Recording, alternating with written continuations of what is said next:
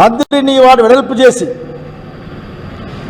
చెరువుకు నీళ్ళు అందే విధంగా ఈ సంవత్సరంలోనే పూర్తి చేయడానికి, ఎందుకంటే రాయలసీమ జిల్లాలో అత్యంతగా నీళ్ళు లేని జిల్లా అనంతపురం జిల్లా. హంద్రిని వాళ్ళు పెద్దగా ఎక్కువ నీళ్ళు తెచ్చుకుంటారు. రాజశేఖర రెడ్డి గారు చెప్పారు, నాకు బాగా గుర్తుంది, దీన్ని ఎంత ఎక్కువ మనం తోడుకుంటే ఆ నీళ్ళు వస్తాయి అని. మీ ప్రభుత్వానికి గుర్తుండకపోయే అవకాశం ఉంది, ఎందుకంటే మీరు 5 టీఎంసీల తాగునీటి పథకం కింద హంద్రిని వాను 2 చోట్ల ఉరవకొండలో ఒక్కసారి, ఆత్మకూరు మండలంలో ఒక్కసారి శంకుస్థాపన చేశారు. బాబు గారు గుర్తెచ్చుకొని మీరు ఆఖరికి దాన్ని 50 టీఎంసీలు చేసాము ఆ రోజున. రాజశేఖర రెడ్డి గారి యొక్క ఆలోచనతోనూ వెంకటరామరెడ్డి గారు ఇట్లా ఆ రోజున్న మంత్రులందరూ కూడా ఆఖరికి రగన్న దివాకర్ ఇట్లా పెద్దలంతా ఆ రోజు ఈ రాష్ట్రం గురించి ఆలోచించి జిల్లా గురించి ఆలోచించారు. ఈరోజు మీరు ఆలోచించమని మీ అధినాయకుడిని ఒప్పించి హంద్రినీవా వెడల్పు చేసి అనంతపురం జిల్లాలో ఉన్న అన్ని చెరువులకు నీళ్ళు వచ్చే విధంగా నిధులు విడుదల చేయమని కోరుతా ఉన్నాం.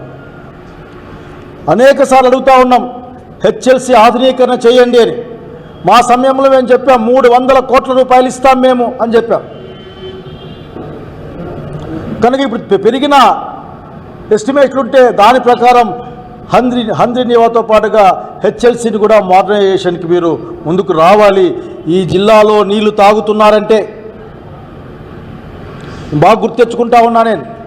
ఈ జిల్లాలో అనంతపురం, ధర్మవరం, అట్లాగే ఉరవకొండ ఈ ప్రాంతాలు మొత్తం నీళ్ళు తాగే పరిస్థితి అంటే చివరికి ఎక్కడి వరకు మడకసిర వరకు కూడా అది హెచ్ఎల్సి నీళ్ళు తప్ప ఇంకోటి కాదన సంగతి గుర్తు చేస్తూ ఉన్నాం. ఈ జిల్లా తాగునీటిని తీర్చే ఒక వరప్రదాయని తుంగభద్ర నీళ్లు హెచ్ఎల్సి ద్వారా దాని డబ్బులు తీసుకోమని కోరుతూ ఉన్నాం. అలాగే అనేకం పెండింగ్ ఉన్నాయి. ఇక్కడ బిల్డింగ్లు కట్టాలి, మధ్యలో ఆగిపోయి ఉన్నాయి. మీ దయ, మీరన్నీ ఆపేశారు. చాలా చక్కగా మాట్లాడుతారు, అది ఆపే మీద యూరాప్ అన్నారు మిమ్మల్ని. ప్రభుత్వాలు కంటిన్యూస్గా నడుస్తాయని ఆలోచనే కదా. నీ ప్రభుత్వం, నా ప్రభుత్వం, చేర, చోళ, పాండ్య ప్రభుత్వాల రాజ్యాల్లాగా ఉంటాయా? ఏమైనా ఇవి ఆంధ్రప్రదేశ్ ప్రభుత్వం, ఇది ప్రజాస్వామ్యబద్ధంగా ఆంధ్రప్రదేశ్లో పరిపాలన సాగాలి.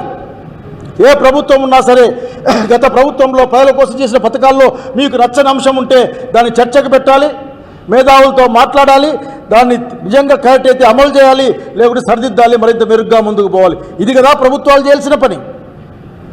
మళ్ళీ రెవెన్యూ సౌన్సిల్ పెట్టారట, వీళ్ళు మళ్ళీ సర్వేలు చేస్తారట. గత సర్వేకైనా ఖర్చు చంద్రబాబు నాయుడు గారు ఆయన మంత్రివర్గం కడతారని అడుగుతా ఉన్నా నేను ఆఖరికి. అప్పుడే మర్చిపోతే ఎట్లా? జగనన్న బొమ్మలు ఉన్నాయి, చంద్రబాబు నాయుడు గారి బొమ్మలు ఎన్ని చూసింటాం మనం. కనుక అటువంటి మాటలు మాట్లాడదని చెప్తా ఉన్నాను. ఈ జిల్లాకు న్యాయం జరగాలి. మీరు స్టార్టింగ్లోనే గవర్నర్ గారు, మీరు బహుశా ముఖ్యమంత్రి గారు చెప్పి ఉంటారు, దాంట్లో డిప్యూటీ సీఎం పేరు, అట్లాగే నరేంద్ర మోడీ గారి పేరు కూడా చెప్పారు. సంతోషం, మీరంతా కలిసి ఉండాల. ఈ సమాజాన్ని, దేశాన్ని ద్వేషంగాను ప్రజల్ని విడదీస్తూ మొత్తం పేదల్ని ఒక మూలకు నెట్టేసి బాగా డబ్బున్న వాళ్ళకు మాత్రమే పనిచేసే మీ యొక్క కూటమి ఒక లక్షణాన్ని కోల్పోకుండా మీరు కలిసి ఉండాల్సిన అవసరం ఉన్న ఈ కాలంలో అడుగుతా ఉన్నా. మీ ప్రభుత్వమే మాటికి చొక్కా ఇప్పి జబ్బ చర్చి మాట్లాడతారు. ఎన్డీఏ ప్రభుత్వం, డబుల్ ఇంజన్ ప్రభుత్వం అని. మరి మీ డబుల్ ఇంజన్తో ఆ డబుల్ మోటార్లు వేసి ఢిల్లీ నుంచి ఎన్ని డబ్బులు ఈ రాష్ట్రానికి తీసుకొచ్చారో చెప్పాలా. నిజంగా అనుకుంటే బాధేస్తుంది. వీళ్ళకి ఏమన్నా ఉందో లేదో అర్థం కాదు నాకు. అమరావతి గురించి మాట్లాడతారా మీరు? అప్పులు తెచ్చి కట్టుకునే ఇల్లులాగది. అప్పు మా నెత్తి మీద వేయాలి మీరు, మేం కట్టాలి మళ్ళా వాటిని. ఎవరితో మాట్లాడరు, హక్కున్న రాయలసీమతో మాట్లాడరు, ఆల్రెడీ అనౌన్స్ చేసిన ఉత్తరాంధ్రతో మాట్లాడరు. మీరు అప్పులే కదా మీరు తెచ్చేది. గ్రాంట్గా రావాల్సిన, కేంద్ర ప్రభుత్వం గ్రాంట్గా రావాల్సిన 28,000 కోట్ల రూపాయలు ఎక్కడున్నాయో అడగలేరా మీరు? అట్లాగే మాట్లాడుతూ స్టీల్ ప్లాంట్ గురించి కూడా మీరు మెన్షన్ చేశారు గవర్నర్ గారు. మీతో ఎన్ని సత్యదూరమైన మాటలు మాట్లాడించారు. చంద్రబాబు నాయుడు గారికి వాళ్ళకి ఇది అలవాటు కావచ్చు కాక రాజకీయంగా చెప్పుకోవడం కోసం. గవర్నర్ గారు మీరు ప్రథమ పౌరుడు, నిజమే చెప్పాలి కదా, సత్యమైన విషయాలు చెప్పాలి కదా. 30,000 కోట్ల రూపాయలు స్టీల్ ప్లాంట్కి అప్పుంటే మీరిచ్చిన 14,000 కోట్ల చిల్లర డబ్బులు మీరు మన ఇస్తే దాన్ని విడతల వారీగా ఇస్తామని చెప్తే, అందులో 11,000 అప్పులు కడతామని చెప్తే ఏం మాట్లాడుతూ ఉన్నారు మీరు? ఏమిచ్చామని స్టీల్ ప్లాంట్ గురించి మాట్లాడుతూ ఉన్నారు. స్టీల్ ప్లాంట్ గురించి మీరు మాట్లాడే అర్హత మీకు లేదు. ఈ మాట అన్నందుకు నేను బాధపడతా ఉన్నా. ఎందుకంటే ఇవ్వగలిగిన వాళ్ళు మీరు ఇచ్చే శక్తి ఉన్న వాళ్ళు. ఎందుకంటే మీరు ప్రభుత్వంలో ఉన్నారు. త్రూ గవర్నర్ గారికి, ముఖ్యమంత్రి గారి కాబట్టి నేను మాట్లాడుతూ ఉన్నా. గవర్నర్ గారి మా ప్రభుత్వం అంటే చంద్రబాబు నాయుడు గారి ప్రభుత్వమే, ఇక్కడ ఎన్డీఏ ప్రభుత్వమే. దాన్ని క్యాప్టివ్ మైండ్స్ చేయాలి, దాన్ని సెయిల్తో అనుసంధానించాలి. అట్లాగే అప్పుని కొద్ది రోజులు ట్యాక్స్ లేకుండా ఆ ఇన్స్టిట్యూట్ పైన చూడాలి, స్టీల్ ప్లాంట్ పైన. ఇవి చేస్తే కదా స్టీల్ ప్లాంట్ బతికేది. అట్లా కాకుండా ఒక ఆయన చెప్తాడు, నేను కష్టపడ్డా తెచ్చా అని. చివరికి ఆ 11,000 14,000 పెట్టి ఇది ఇంకా పనికి రాదని అమ్మే ప్రయత్నం తప్ప, దాదాపు 2-3 లక్షల కోట్ల విలువైన భూములే దానికి ఉంటాయి, 28,000 ఎకరాలు దానికి ఉంటాయి. ఇటువంటి అబద్ధం మాటలు. అసలు ఆత్మ లేకుండా మీరు విశాఖపట్నం రైల్వే జోన్ పెట్టారు కదా, పైసలు వచ్చే ఒక్క ఊరు కూడా దాంట్లో లేదు. చివరికి అరకు కూడా దాంట్లో లేదు, నర్సీపట్నం దాంట్లో లేదు. అదేమీ లేకుండా గుంతకల్లు, విజయవాడ ఇటుపక్క వచ్చే రోడ్లు పెట్టి పెడతారా మీరు రైల్వే జోన్ కింద? అంటే చివరికి ఎట్లా సిటీ బస్ లాగా మారిపోయింది. సిటీ బస్ అది చెప్తే బాగుంటుంది. Visakha railway city bus zone, city railway zone పెట్టుకుంటే బాగుంటుంది ప్యాసింజర్లతో. ఎవరిని మోసం చేద్దామని? రాయలసీమ ప్రాంతానికి, ఉత్తరాంధ్ర ప్రాంతానికి రావాల్సిన బుందేల్ఖండ్ తరహా ప్యాకేజీలో నుంచి ఏ కొద్దిగా తెచ్చారా మీరు? మాట్లాడేదేం సాగిల పడి నమస్కారాలు పెట్టుకోవడం తప్ప. ఇప్పుడు బడ్జెట్ వస్తుంది, మరొకసారి కోరుతా ఉన్నాం మేము, రాయలసీమ నుంచి కూడా కోరుతా ఉన్నాం. ఆ రోజు శ్రీబాగ్ ఉడంబడిక ప్రకారం, శ్రీబాగ్ ఉడంబడికలో రాజధాని హైకోర్టు సమానంగా భావించబడ్డాయి. హైకోర్టు కర్నూలుకి ఇచ్చామని గత ప్రభుత్వం జగన్ రెడ్డి గారి నాయకత్వాన ప్రకటించింది. హైకోర్టు, న్యాయ విశ్వవిద్యాలయం, ట్రిబ్యునల్ ఆఫీసులు ఇవన్నీ అక్కడే పెడతామని చెప్పారు. ఆఖరికి మీరు రాగానే కోర్టుకి ఏమిస్తారంటే మేము అక్కడ బెంచ్ పెడతాము. మన న్యాయమూర్తి చెప్పాడు, బెంచ్ చెప్పేకి వాళ్ళెవరు, మేము కదా నిర్ణయించాల్సిందే అని చెప్పి ఇంత ఉత్తుత్తి మాటలు మాట్లాడి రాయలసీమ ప్రజానీకాన్ని మోసం చేసే ప్రయత్నం చేస్తూ ఉన్నారు. మీరు మాయ చేసే ప్రయత్నం చేస్తున్నారు. మంచిది కాదు. ఈ సమావేశాల్లోనే మరొక్కసారి కర్నూలులో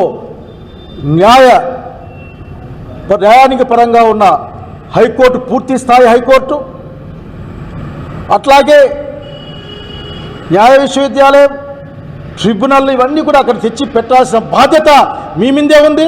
అడగాల్సిన బాధ్యత ఈ రాయలసీమలో ఉన్న ప్రజలకు ఉందని నేను తెలియజేస్తూ ఉన్నాను. మీరు ప్రతిపక్ష నాయకులు లేకుంటే మంచిది అనుకుంటారు మీరు. ఎందుకంటే మిమ్మల్ని అడుగుతాడు, నిలదీస్తాడు. మనం చూసాం కదా మీ అప్పుల లెక్కల్ని అట్లా కడిగేసి రాక జగన్మోహన్ రెడ్డి గారు. మీరు చెప్పే మాటలు ఎంత సత్యదూరంగా ఉంటున్నాయో అందరికీ అర్థమవుతా ఉంది. రంగయ్య చెప్పాడు, రంగయ్య గారు చెప్పారు. ఇప్పుడు మీ దగ్గర డబ్బులు లేవని మీరు చెప్పుకుంటే ఎట్లా? మా దగ్గరికి వచ్చినప్పుడు గలగల ఆడించుకొచ్చి వచ్చారు కదా మీరు. మాకు అన్నీ తెలుసు, మీ అప్పులు తెలుసు, విధ్వంసం తెలుసు, అన్నీ తెలుసు. అయినప్పటికీ కూడా నా అనుభవం, నా సామర్థ్యం, నా వయస్సు, అట్లాగే డబుల్ ఇంజన్ నరేంద్ర మోడీ గారు, మా కూటమి, అట్లాగే పవన్ కళ్యాణ్ గారు ఇన్ని మాటలు చెప్పి కదా మా దగ్గరికి వచ్చింది. ఈ రోజున మా సైడ్ ఒక సామెత ఉంది, ఏరు దాటేదాకా ఏటి మల్లన్న, దాటినాక బోడి మల్లన్న అని అంటారని చెప్పి అట్లా మీరు అనే ప్రయత్నం తప్ప ఇంకోటి కాదు. సూపర్ 6ని ఒక్కటే అమలు చేయండి. పెన్షన్ల గురించి మాట్లాడుతూ ఉన్నారు ఎంపీ గారు, ఎక్స్-ఎంపీ గారు. మీ యొక్క పెన్షన్ స్కీమ్లో ఎట్లా తగ్గించాలని మాత్రమే మీరు చూస్తూ ఉన్నారు.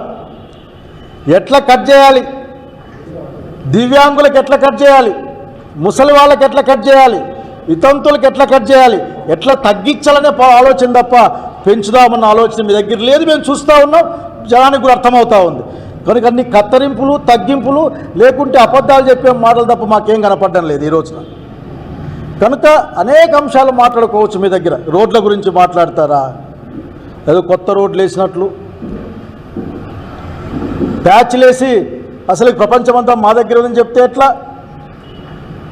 పైగా మాకు ఇంకో మాట చెప్తారు, 1800 ఎన్ని కిలోమీటర్లు కొత్త రోడ్లు వేయబోతున్నారంటే వీళ్ళంతా, అవి ప్రైవేట్లో ఇస్తారట.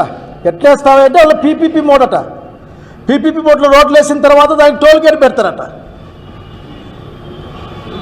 ఏమి దుర్మార్గం ఇది! బహుశా గార్లది నుంచి పెనకచెర్ల పోవాలన్నా టోల్ కట్టి పోవాలే మేము, లేక అనంతపురం నుంచి నార్పలకు పోవాలన్నా టోల్ కట్టి పోవాల్సి వస్తుందేమో. చెప్పడానికి మీకుంటే ఉండొచ్చు, వినడానికి మాకు ఉండాలి. ఆఖరి మొత్తం ప్రైవేట్ పరే. మొన్ననో నేను ఆ ప్రజాశక్తి అనుకుంటాను, జెన్కోని ప్రైవేటైజ్ చేసే ఆలోచన జరుగుతూ ఉంది అని. అటువంటి ఆలోచన మానేయమని కోరుతా ఉన్నా. మీ పూర్వ ప్రభుత్వాలు ప్రజల ఆస్తుల్ని పెంచింది మీరు అప్పనంగా ప్రైవేట్ వాళ్ళకి అప్పగించడం కోసం కాదు. ఆయిల్ సీడ్స్ కార్పొరేషన్ అమ్ముతామని చెప్పారు మీరు. ప్రతి ఒక్కటి ఆ రోజున ఎవరికైనా సరే ప్రభుత్వ ఆస్తులు అంటే ప్రజల ఆస్తులే. ప్రజల ఆస్తులు పెంచడం అనేది ప్రభుత్వ ధర్మంగా ఉండాలని పెంచిన ఆస్తులు మిమ్మల్ని ప్రైవేటు వాళ్ళకి అప్పనంగా అప్పగించమని కాదన్న విషయాన్ని గుర్తు చేస్తూ ఉన్నాం. ఇక్కడ చూస్తూ ఊరుకునే సిద్ధంగా లేం. ఇంకా అనేక అంశాలు మీతో మాట్లాడదు ఇంకా ఉంది, ఎందుకంటే శాసనం జరుగుతుంది. మీ యొక్క హావభావాలు చూస్తాం, మీరు చెప్పే మాటలు వింటాం. అసలుకి నవ్వాలో ఏడవాలో అర్థం కాని పరిస్థితి ఉంటుంది. అయినప్పటికీ ప్రజల కోసం జగన్మోహన్ రెడ్డి గారి నాయకత్వాన్ని రాష్ట్రంలో ఉన్న వైసీపీ శ్రేణులు మీ యొక్క సత్య దూరమైన, అంతేకాకుండా ప్రజలను మాయ చేసే మాటల విధానాలని ఎదుర్కొనే సిద్ధంగా ఉన్నామని తెలియజేస్తూ ఉన్నా. మరొక్కసారి చెప్తా ఉన్నా, నేను రాజకీయం అన్నది ప్రజల సంక్షేమం కోసం. రాజకీయాలంటే వ్యాపారం కాదు. పరిపాలన అంటే పగ ప్రతీకారాలు తీర్చుకోవడం కాని సంగతి గుర్తుపెట్టుకోవాలా. ఏ రాష్ట్రమైనా ఏ సమాజమైనా శాంతి భద్రతతో సౌకర్యంగా ఉన్న రోజున, ఆరోగ్యంగా విద్యాపరంగా ఉన్న రోజున పెట్టుబడులు వస్తాయి, ఆరోగ్యకరమైన అలవాట్లు వస్తాయి. ఆ రాష్ట్రం ముందుకు పోతున్న విషయాన్ని గుర్తుపెట్టుకోమని గవర్నర్ లాంటి పెద్ద మనిషి చేత సత్యదూరమైన విషయాలు, మీరు చేయని విషయాలు, అసలుకి 200 యూనిట్లకి ఎస్సీ ఎస్టీలకి కరెంటు ఫ్రీగా ఇస్తున్నామని, అసలు ఎస్సీ ఎస్టీలకు కరెంటు ఫ్రీగా ఇచ్చిన విధానాలు ఇతరమని అనుకోవడంలే. ఎందుకంటే నాకు ఇప్పుడు గుర్తుంది, ఆ రోజుల్లో ఉచిత కరెంట్ ఇస్తే పైన బట్టలారేసుకుంటామని చెప్పిన రోజులు గుర్తుకొస్తున్నాయి నాకు.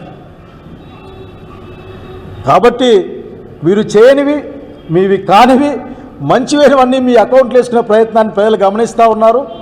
పరిపాలన చేయమని, ప్రతిపక్షం లేకుండా అసెంబ్లీ నడిపించడం అంటే శాసనసభ నాయకునికి అది అవమానమని, అతనికి నిజంగానే శాసనసభని సమీకృతంగా నడిపించడానికి అతనికి ఉన్న శక్తి సామర్థ్యాలు లేవని ప్రజలు భావిస్తారు. కాబట్టి మరొక్కసారి కూర్చొని జగన్మోహన్ రెడ్డి గారికి ప్రధాన ప్రతిపక్ష హోదా ఇచ్చి మాట్లాడించడానికి మీరు తయారుగామని కోరుతా ఉన్నాం. లేకుంటే మేము మాట్లాడుకోవడం కోసం, మేము నిలబడడం కోసం, మేము పోరాడడం కోసం అశేష ప్రజానీకం తరఫున ఈ సమాజం ఆంధ్రప్రదేశ్ రాష్ట్రం ఉందని తెలియజేసుకుంటూ సెలవు తీసుకుంటా ఉన్నాను. నమస్కారం. That is very bad trend. ఇప్పుడు మామూలుగా ఏం చేసేవాళ్ళంటే దానికి లింక్ ఇచ్చేవాళ్ళు, బయట తీసుకునేవాళ్ళు, అందరూ తీసుకునేవాళ్ళు. చిన్న అంటే చిన్న అనే పర్యటన కాదు, కానీ వివిధ పెద్దగా చెప్పుకునేవాళ్ళు, లేక యూట్యూబ్ ఛానల్స్ అన్నీ కూడా తీసుకునేవి, లింక్ తీసుకునేవి. ప్రత్యేకించి 4 ఛానళ్ళు మేము రానియమని చెప్పడం మాత్రం ఇది నిజం చెప్పే డెమోక్రసీ ఇది కాదు. డెమోక్రసీ అనేది డిఫరెంట్. వాళ్ళు డెమోక్రసీ నుంచి మాట్లాడుతూ నాకు నవ్వు వస్తుంటుంది. డెమోక్రసీకి కొత్త నిర్వచనాలు చెప్తున్నారేమో మధ్యకాలంలో, కొట్టేసుకొని రాసుకోలేమో అనిపిస్తూ ఉంది. డెమోక్రసీ అంటే స్వేచ్ఛగా మాట్లాడడం, గౌరవప్రదమైన భాషలో ప్రజా అభిప్రాయాన్ని వ్యక్తం చేయడం. ఆ వ్యక్తం చేసే విధానంలో నుంచి 4వ ఎస్టేట్గా చెప్పబడే మీడియా ద్వారా అది ప్రజలకు అందజేయబడ్డం. దాంట్లో మీకేం ఇబ్బంది ఉంటే డైరెక్ట్గానే వాళ్ళతో మాట్లాడడం, చెప్పడం మన ఇబ్బంది ఏంది, ఈ పని చేస్తూ ఉన్నావు నువ్వు, ఇది కరెక్ట్ కాదని చెప్పడానికి అవకాశం ఉంది. కంప్లైంట్ చేయడానికి కూడా నేషనల్ స్థాయిలో ఒక ఇన్స్టిట్యూట్ ఉంది. ఇవన్నీ లేకుండా మీరు చేయడం కరెక్ట్ కాదు. పత్రికా స్వేచ్ఛ లేక మీడియా స్వేచ్ఛని మీరు గౌరవించాలి. మీకంటే ఏదో రిజర్వేషన్లు ఉంటే దాన్ని మాట్లాడచ్చు, చర్చించవచ్చు. ప్రజాస్వామ్యంలో మాట్లాడడానికి చర్చకి అవకాశం ఉంటున్న విషయాన్ని గుర్తు చేస్తూ ఉన్నా. This is not good for anybody. ఎవరికి మంచిది కాదు ఇది. ఈ విషయాన్ని గుర్తుపెట్టుకుని మరొక్కసారి I'm very unhappy about all these things. మేము చూసాం, ప్రభుత్వాలు నడిపించాం, ఇట్లా లేదు. కాబట్టి మరొక్కసారి ఒక 7 days బ్యాక్ చంద్రబాబు నాయుడు చెప్పిన విషయాన్ని మళ్ళీ గుర్తు చేస్తాను. మీరు చెప్పారు బాబు గారు, ప్రజాస్వామ్యం అంటే పగ కాదు, ప్రతీకారం కాదు, లేకుంటే ఇంకోటి కాదు, శాంతి, సౌఖ్యం, సౌభాద్రత పెద్ద పెద్ద మాటలు మాట్లాడారు. ఇవన్నిటిని అమలు చేయమని శాసనసభ నాయకుడిగా శాసనసభను పూర్తి స్థాయిలో ప్రతిపక్ష నాయకుడిని గుర్తించి కూర్చోబెట్టుకొని ప్రజల సమస్యలను చర్చించండి, ప్రతిపక్షం నుంచి సలహాలు సూచనలు పొందండి, మంచి నిర్ణయాలతో ఈ రాష్ట్రం యొక్క భవిష్యత్తును కాపాడండి. దావోస్కి పోతే పెట్టుబడుల కోసం కాదు, ప్రచారానికి పోతాం, లేక ప్రమోషన్ కోసం పోతాం అనే విషయాన్ని మాకు గుర్తుంది. మీరు ఏం చెప్పారు, పోయే ముందు ఏం చెప్పారు, వచ్చిన తర్వాత ఏం చెప్పారో గుర్తుంది. ప్రభుత్వాలు అంటే ప్రచారం కోసం కాదు, ప్రజల కోసం విషయాన్ని గుర్తుపెట్టుకోమని నేను కోరుతా ఉన్నాను.